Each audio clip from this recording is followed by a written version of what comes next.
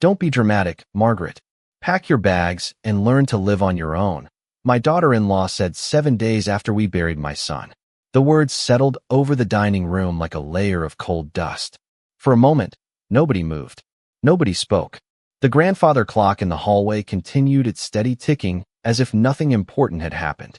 I looked at Vanessa across the table and searched her face for some sign that she regretted what she had just said. I found none.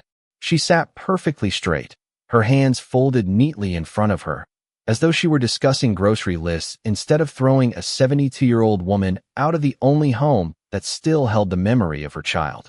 My son Daniel had been gone for exactly 1 week. 7 days since the funeral. 7 days since I stood beneath a gray Ohio sky and watched people lower him into the ground. The grief still lived inside me like a heavy stone. Every morning I woke up expecting to hear his voice. Every evening I remembered he was gone. The pain arrived fresh each time. Yet somehow that night, sitting at the dining table Daniel had built with his own hands 10 years earlier, another feeling began pushing through the sorrow. Not anger. Not yet. Something quieter. Something watchful. Vanessa pushed her chair back slightly. I'm just being realistic, she said. The house is too big for you. You need to start thinking about your future. My future. I almost laughed at the irony. For 20 years, my future had included Sunday dinners with my son, phone calls every Wednesday evening, birthday cakes, holiday traditions, long conversations on the front porch. Then one phone call from a hospital changed everything. Now apparently my future involved becoming an inconvenience. I lowered my eyes to my coffee cup. The coffee had gone cold 20 minutes earlier. I wrapped my fingers around the mug anyway. I see, I said softly. Vanessa seemed surprised that I wasn't arguing. She had probably expected tears, maybe a confrontation. Instead, I simply nodded. The silence unsettled her more than any shouting could have. I'm glad you understand, she replied. Across the room, sunlight faded behind the curtains. Shadows stretched across the hardwood floor. I noticed Daniel's baseball cap hanging on the coat rack near the door. He had left it there months ago after fixing a loose cabinet hinge for Vanessa. Looking at it felt like being punched in the chest. I stood slowly. My knees ached. Grief seemed to age a person faster than years ever could. I'm tired, I said. I think I'll go upstairs. Vanessa gave a short nod and returned her attention to her phone. I walked away without another word. Each stair creaked beneath my feet. Each step carried me farther from the woman downstairs and closer to the room where memories still lived. Daniel's childhood photographs lined the hallway walls. Little league uniforms. High school graduation. Family vacations. A lifetime reduced to frames and glass. When I reached my bedroom, I closed the door gently behind me. Then I sat on the edge of the bed and stared at the small wooden box resting inside the top drawer of my nightstand. Daniel had given it to me 3 months earlier. Keep this safe, Mom, he had said with a smile. You might need it one day. At the time, I thought nothing of it. Now, for the first time, I pulled the box into my lap. My hands trembled slightly as I traced the brass lock with my thumb. Downstairs, Vanessa probably believed she had already won. She believed I was alone. She believed grief had made me weak. What she didn't know was that Daniel had left behind one final gift. And before this story was over, that gift would change everything. I sat there for a long time with the wooden box resting on my lap. Outside my bedroom window, the last light of day disappeared behind the maple trees that lined the backyard. The same trees Daniel had climbed as a boy. The same trees he had insisted on decorating with lights every Christmas, even after he was old enough to pretend he was too busy. The house felt different now, not because Daniel was gone. That pain was already there, woven into every room and every memory. It felt different because for the first time I realized that I was no longer grieving inside a family home. I was grieving inside territory that someone else believed belonged entirely to her. Downstairs, I could hear Vanessa moving through the kitchen. Cabinet doors opened and closed. A dishwasher started running. Life continued as though nothing had changed. I looked down at the box again. The brass lock was simple, but I remembered Daniel telling me not to lose the key. My fingers moved instinctively toward the jewelry dish on my dresser. The tiny silver key was still there exactly where I had left it months earlier. I unlocked the box carefully. Inside were several documents sealed in a large envelope. Beneath them sat a folded letter with my name written across the front in Daniel's familiar handwriting. My breath caught in my throat. For a moment, I could not bring myself to open it. Seeing his handwriting felt like hearing his voice from another room. Eventually, I unfolded the paper. The first line alone made my eyes fill with tears. Mom, if you are reading this, something has happened that prevented me from telling you everything myself. I stopped reading and pressed the letter against my chest. The room suddenly felt too quiet, too still. After a few moments, I continued. Daniel wrote that he loved me. He thanked me for every school lunch, every ride to practice, every late-night conversation when life became difficult. Then the tone of the letter changed. He explained that over the previous year he had become concerned about several financial matters involving household accounts and legal paperwork. He did not accuse anyone directly. He simply said that he had discovered inconsistencies and wanted to make sure certain protections were in place. My heart began beating faster. Daniel had always been careful, thoughtful, the kind of man who double-checked everything before making a decision. If he had taken the time to prepare this box, there had been a reason. I read every word twice, then 3 times. When I finally reached the last page, I noticed a handwritten note at the bottom. Trust Thomas Reed. He is everything. I stared at those words. Thomas Reed was Daniel's attorney. He had handled business contracts for years and occasionally attended family gatherings. I had always liked him. He was quiet, respectful, and never seemed interested in drama. Why would Daniel leave such a specific instruction? Before I could think further, my phone vibrated on the nightstand. The sudden sound startled me. I glanced at the screen. An unfamiliar number. Normally, I would have ignored it. That evening, I answered. Mrs. Collins? A man asked. This is Thomas Reed. For a moment, I could not speak. I looked down at the letter still resting in my hands. I was actually just reading something that mentioned your name, I said. Silence filled the line for a second. Then Thomas spoke carefully. I believe I know exactly what you are reading. Daniel asked me to contact you if certain circumstances arose. I closed my eyes. The timing felt impossible. What circumstances? I asked quietly. Thomas paused. I would rather discuss that in person, but I need to ask you something first. Are you safe and comfortable where you are? The question struck me as odd. I looked around my bedroom. Family photographs covered the walls. Daniel's graduation portrait sat on the dresser. Everything looked familiar. Yet suddenly the house did not feel secure anymore. It felt uncertain, temporary. I am all right, I answered. For now. Thomas let out a slow breath. Good. Then I would like to meet with you tomorrow morning. There are things Daniel wanted you to know. Important things. After we ended the call, I remained seated on the edge of the bed. Downstairs, I heard Vanessa laughing softly while speaking on the phone with someone. The sound drifted up through the floorboards. Confident. Relaxed. Certain. I folded Daniel's letter carefully and placed it back inside the box. Then I looked toward the closed bedroom door. For the first time since the funeral, a small piece of my grief made room for something else. Not hope exactly. Not yet. But curiosity. Because whatever Daniel had discovered before his death, he had spent months preparing for it. And tomorrow, I would finally learn why. The next morning, I woke before sunrise. For years, that had been Daniel's habit. He always claimed the quiet hours before dawn helped him think more clearly. As I stood in the kitchen waiting for the coffee maker to finish brewing, I found myself looking toward the back door, half expecting him to walk in wearing his old brown jacket and carrying a cup from the gas station down the road. Grief plays strange tricks on the mind. Some mornings reality arrives gently. Other mornings it crashes through the door without warning. This was one of the gentler mornings. The house was silent. Vanessa had not come downstairs yet.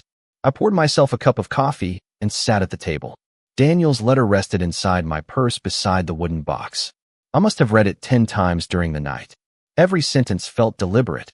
Every word felt like part of something larger that I still could not see. At exactly 9 o'clock, I arrived at Thomas Reed's office. The building stood on a quiet street near downtown. Daniel had brought me there once years earlier after signing paperwork for a business partnership. I remembered how proud he had looked walking through those doors. Thomas greeted me personally in the lobby. His expression was kind but serious. He led me into a conference room overlooking the city. For a moment, neither of us spoke. Then he placed a thick folder on the table between us.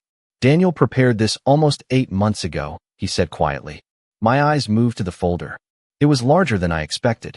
Prepared what? I asked. Thomas folded his hands together. A contingency plan. The words settled heavily in the room. A contingency plan for what? Thomas hesitated. For the possibility that certain financial and legal issues inside his household became more serious than he initially believed. My stomach tightened. I remembered the line in Daniel's letter about inconsistencies. Suddenly those words felt much more important. Thomas opened the folder and slid several pages toward me. Bank statements, property records, insurance documents. At first, they looked ordinary. Then he pointed to specific dates and transactions. Patterns began emerging.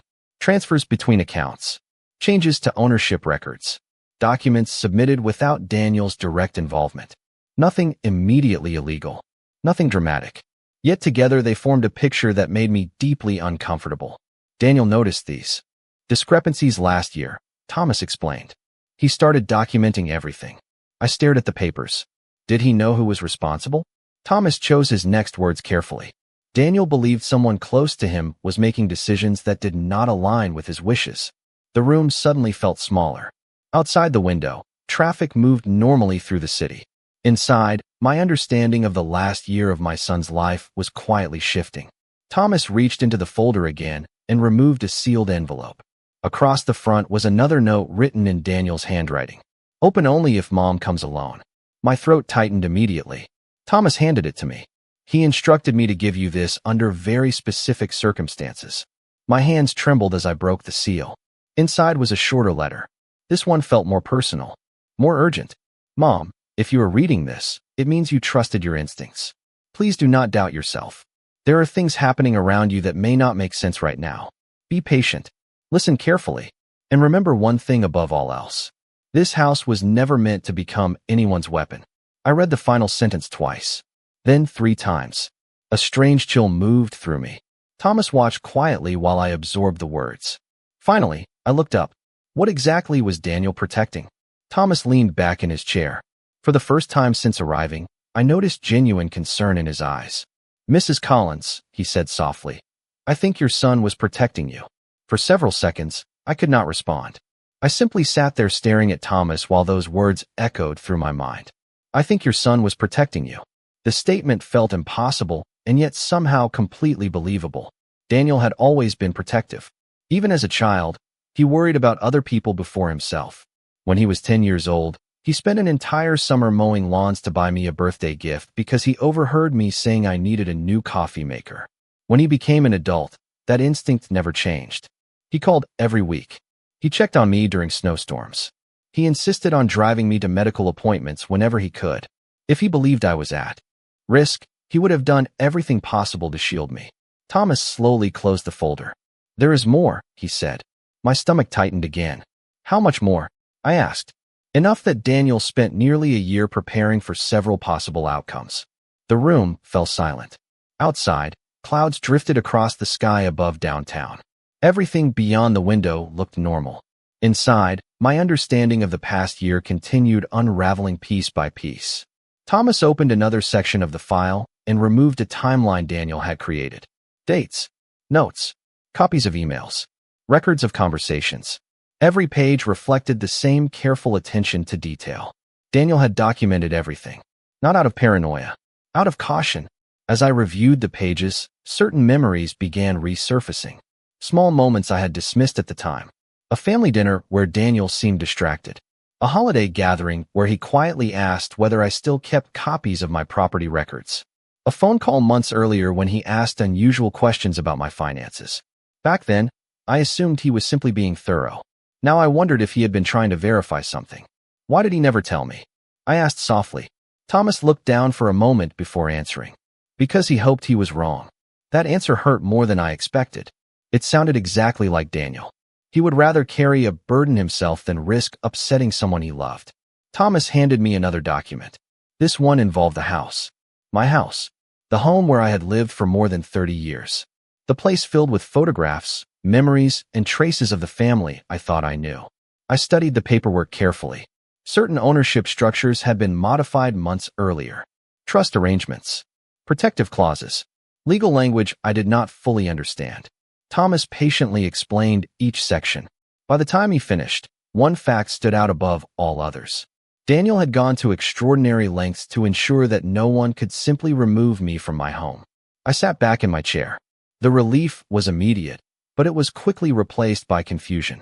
If Daniel had created these protections, why was Vanessa behaving as though everything belonged to her? The answer arrived before I could ask the question. Because she does not know, I thought. Thomas seemed to read the realization on my face. Very few people know the full contents of these documents, he said carefully. Daniel wanted it that way.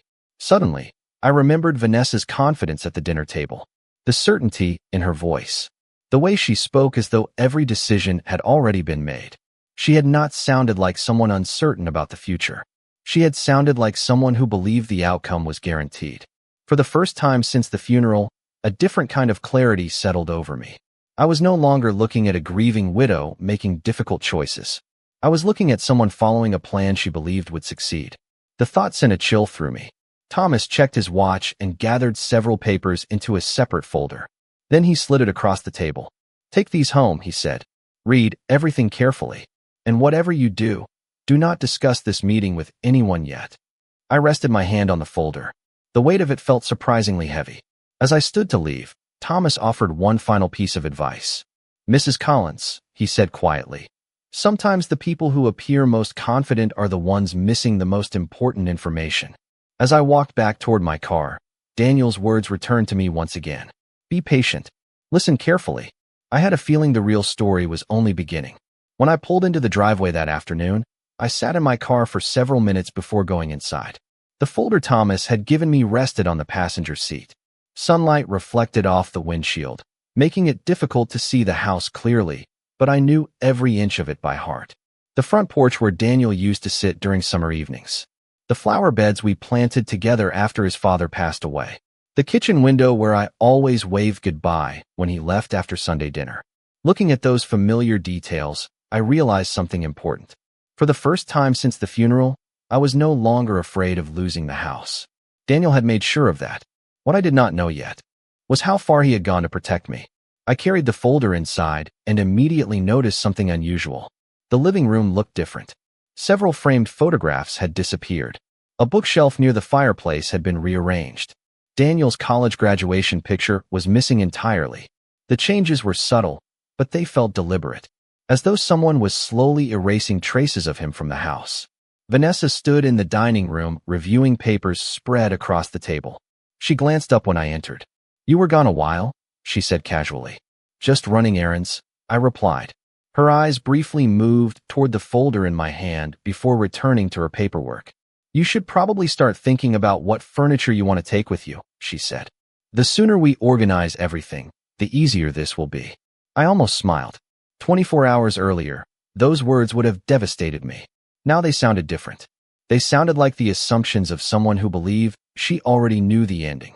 That is good advice, I said calmly. Vanessa appeared satisfied by my response. She returned to her papers without another question. Later that evening, after she went upstairs, I opened the folder again. This time I read every page carefully. Certain details that had seemed confusing earlier now began connecting together.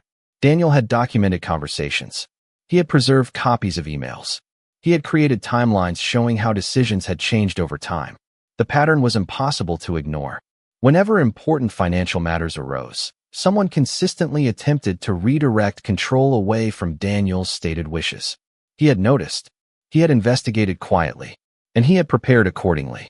Near the bottom of one document, I discovered a note written entirely in Daniel's handwriting.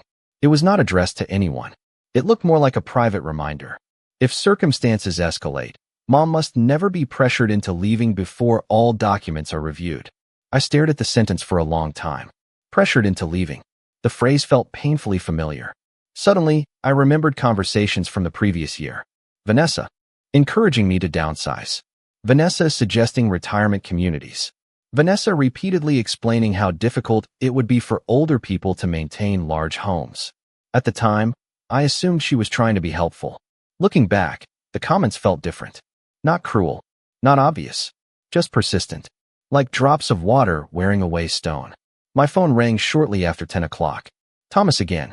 His voice sounded measured as always. I wanted to check on you, he said. And I have an update. My heart immediately quickened. What kind of update? I asked. There was a brief pause.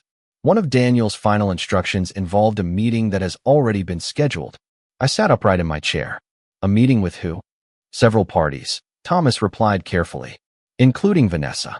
Silence filled the room. I looked toward the staircase. The house was quiet. Upstairs, a floorboard creaked softly. Does she know what the meeting is about? I asked. Thomas's answer came immediately. No. And based on recent conversations, I believe she thinks it concerns the routine distribution of assets. I closed my eyes. For the first time, I understood why Daniel had asked me to be patient.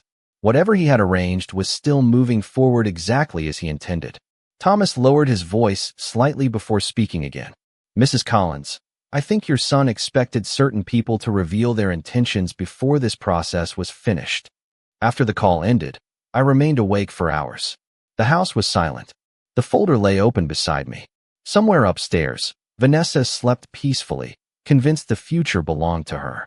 But for the first time, I suspected that Daniel had written a very different ending. And soon, everyone would be forced to read it. The next several days passed in a strange kind of calm. On the surface, nothing seemed different. Vanessa continued moving through the house with the confidence of someone already planning her future. She spent hours on the phone discussing renovations, furniture arrangements, and possibilities for rooms that had not even changed ownership. I listened quietly whenever our paths crossed. The more she talked, the more certain she appeared. It was as though she had already convinced herself that every obstacle had been removed. Meanwhile, I followed Daniel's instructions exactly. I remained patient. I observed. I listened. One afternoon, while carrying laundry upstairs, I noticed several cardboard boxes stacked near the guest room. They had not been there the day before. Curious, I glanced at the labels written in black marker. Storage, donation, office conversion. I paused for a moment. The guest room had always been my room whenever I stayed overnight after family gatherings. Seeing the words written so casually stirred something inside me. Not anger. Not anymore. The hurt was still there, but it no longer controlled me. Instead, I felt a growing sense of certainty. Daniel had seen this coming long before I had. That evening, Vanessa surprised me by joining me at the kitchen table. She carried 2 mugs of tea and placed one in front of me. The gesture might have seemed thoughtful to an outsider, but something about her smile felt rehearsed. I have been thinking, she said. Maybe it would be best if we started making a timeline. I stirred my tea slowly. A timeline for what? She gave a small laugh. For your move, of course. There are some wonderful retirement communities nearby, places with activities and people your age. The words sounded familiar because I had heard versions of them many times before. Only now I noticed the pattern. Every suggestion pointed in the same direction. Away from the house. Away from Daniel's legacy. Away from any influence over what happened next. That is very considerate, I replied. Vanessa smiled, clearly encouraged by my lack of resistance.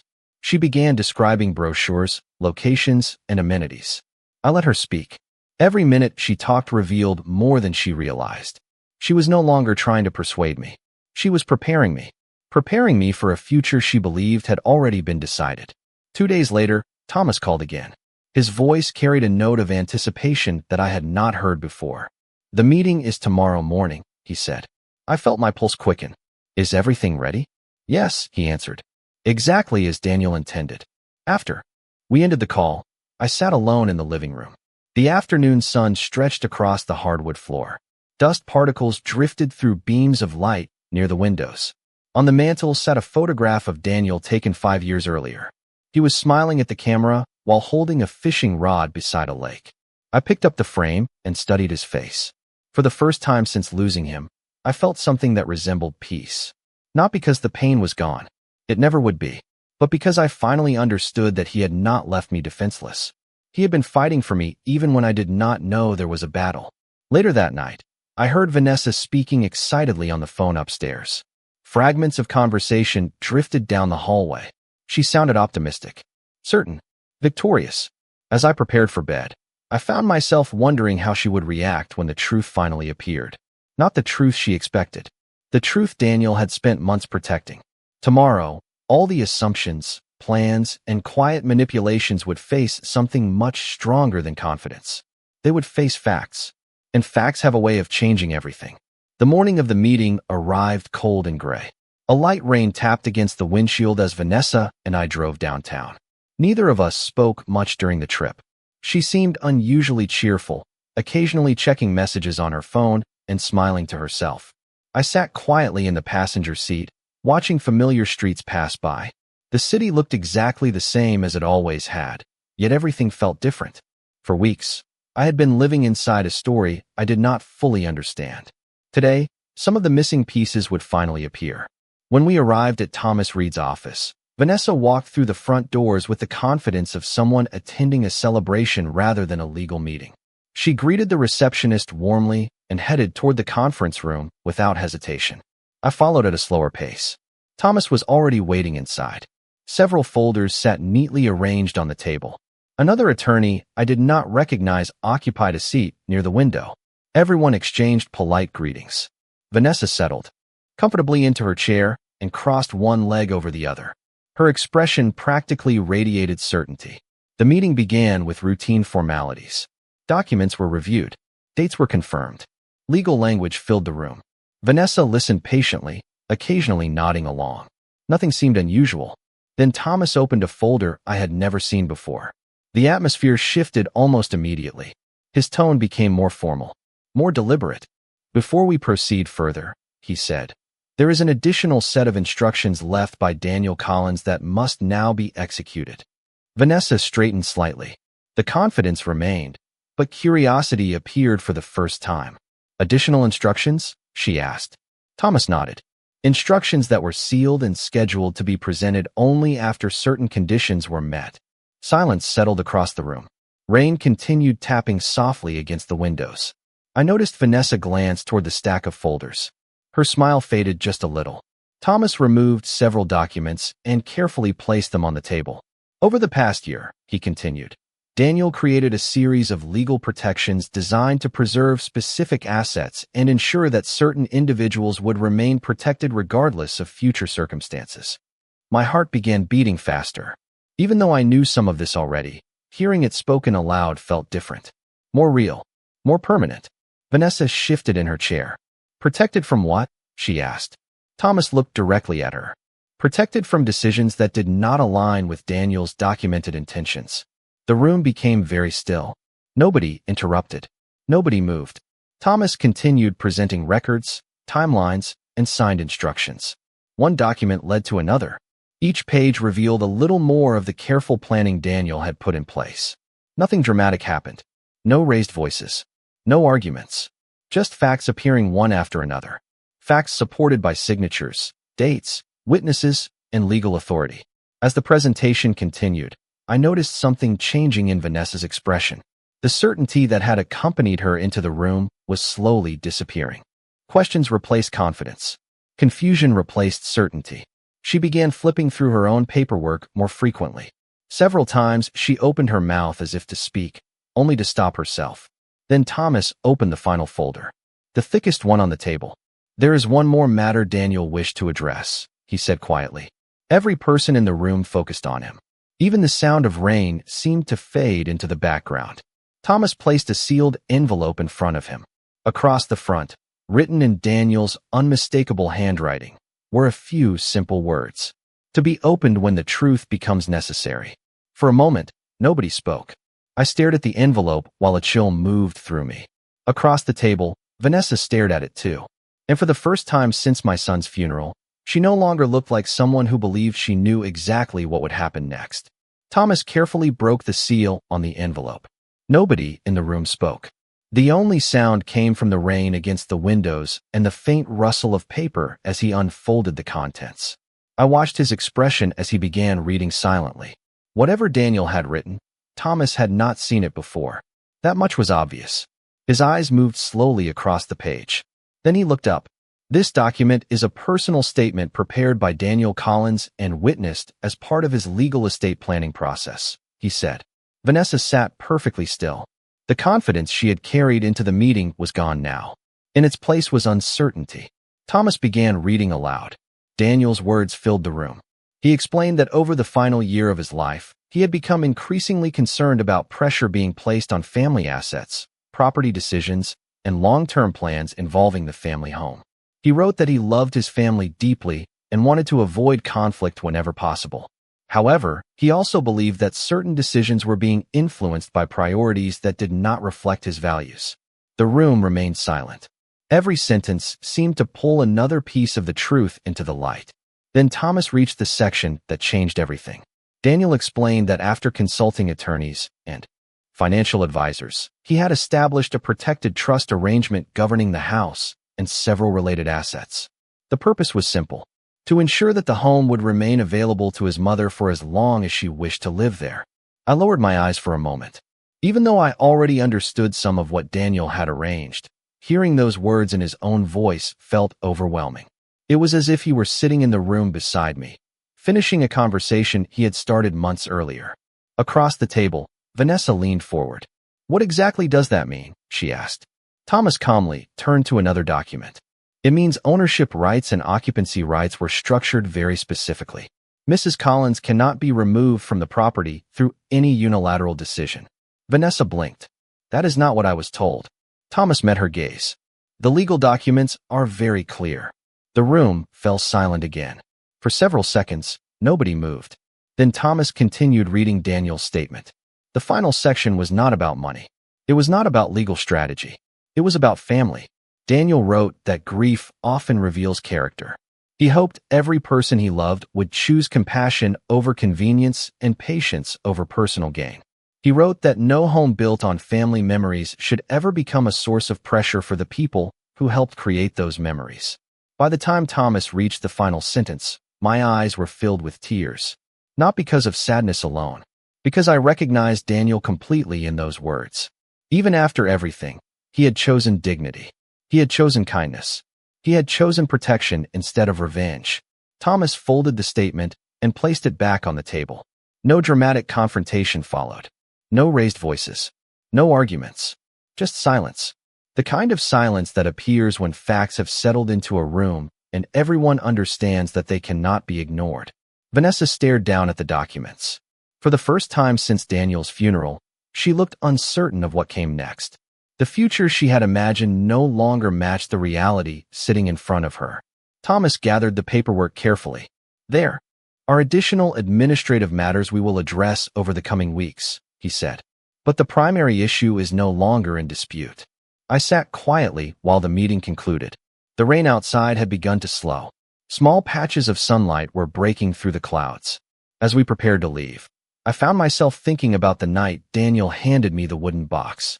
At the time, it had seemed like a simple request. "Keep this safe, Mom. You might need it one day." Now I finally understood. He had never been protecting documents. He had been protecting a promise. And that promise had just been honored. The drive home felt different.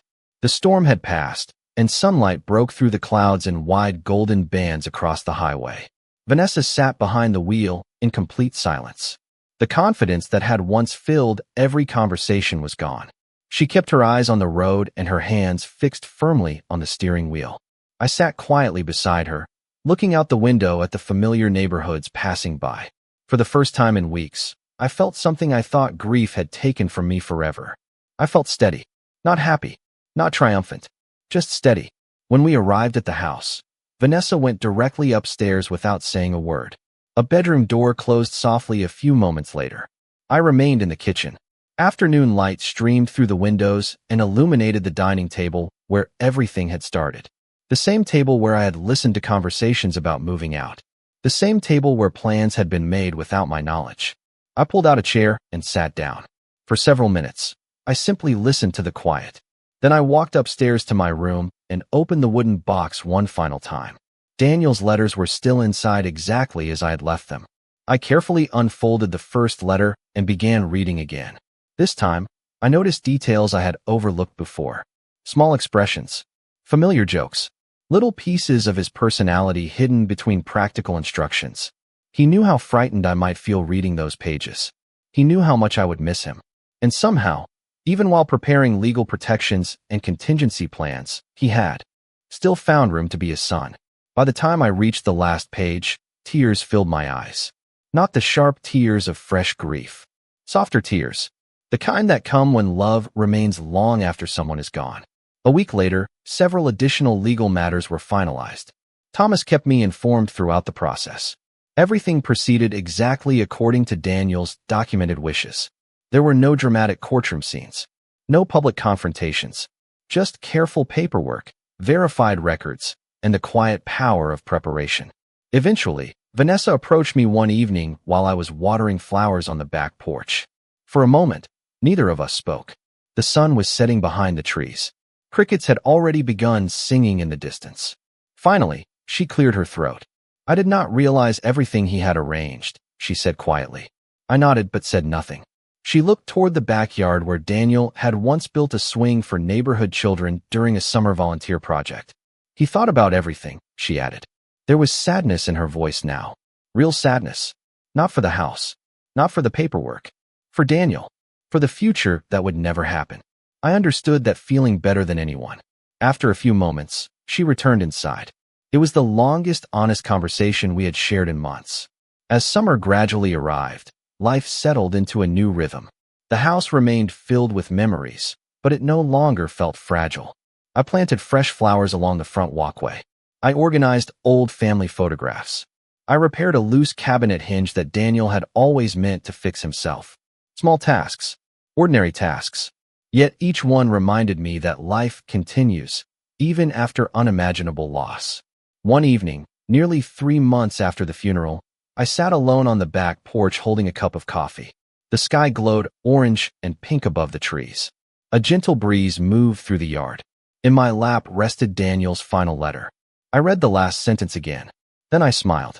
Not because everything had worked out perfectly, not because the pain had disappeared, but because I finally understood what my son had truly left behind. It was not a house. It was not a trust. It was not a collection of legal documents. It was certainty.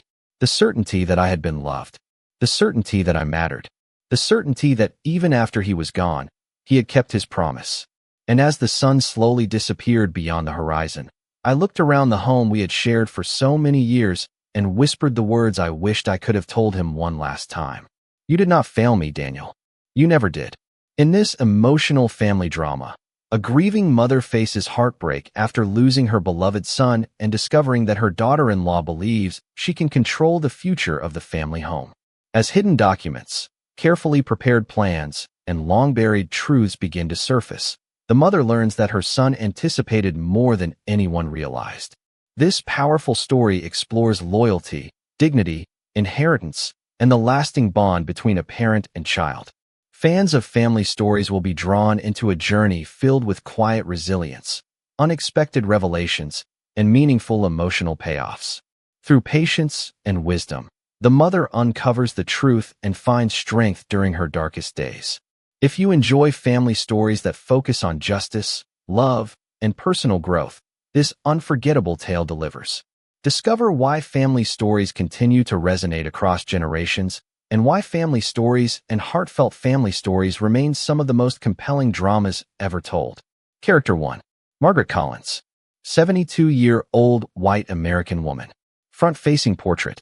Silver hair. Blue eyes. Calm, dignified expression. Simple navy cardigan. Modest blouse. Natural lighting. Realistic skin texture. Authentic photography. No cartoon. No cartoon. No CGI. No illustration. Character 2. Vanessa Collins. 39-year-old white American woman. Front-facing portrait. Blonde hair. Sharp features. Confident expression. Elegant cream blouse. Well-groomed appearance. Natural lighting. Realistic skin texture. Authentic photography. No cartoon. No cartoon. No CGI. No illustration. 1. Cinematic family drama scene inside a traditional American suburban dining room during a cloudy afternoon shortly after a funeral. Character 1 is a 72-year-old white American mother with silver hair, wearing a navy cardigan and modest blouse. She sits at the head of a solid oak dining table with a cold coffee cup in front of her. Character 2 is a 39-year-old white American daughter-in-law with blonde hair and elegant clothing, standing on the opposite side of the table. Both women stare directly at each other with intense emotional tension. Family photographs are visible on the wall, including a framed portrait of a deceased son.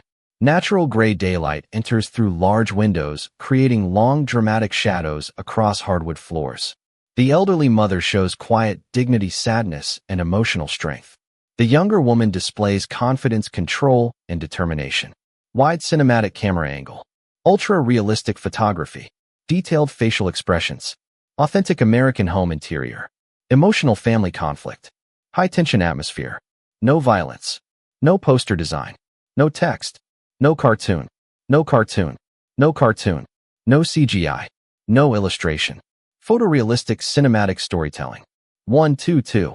High-tension legal drama scene inside an upscale law office conference room in a modern American city during heavy rain.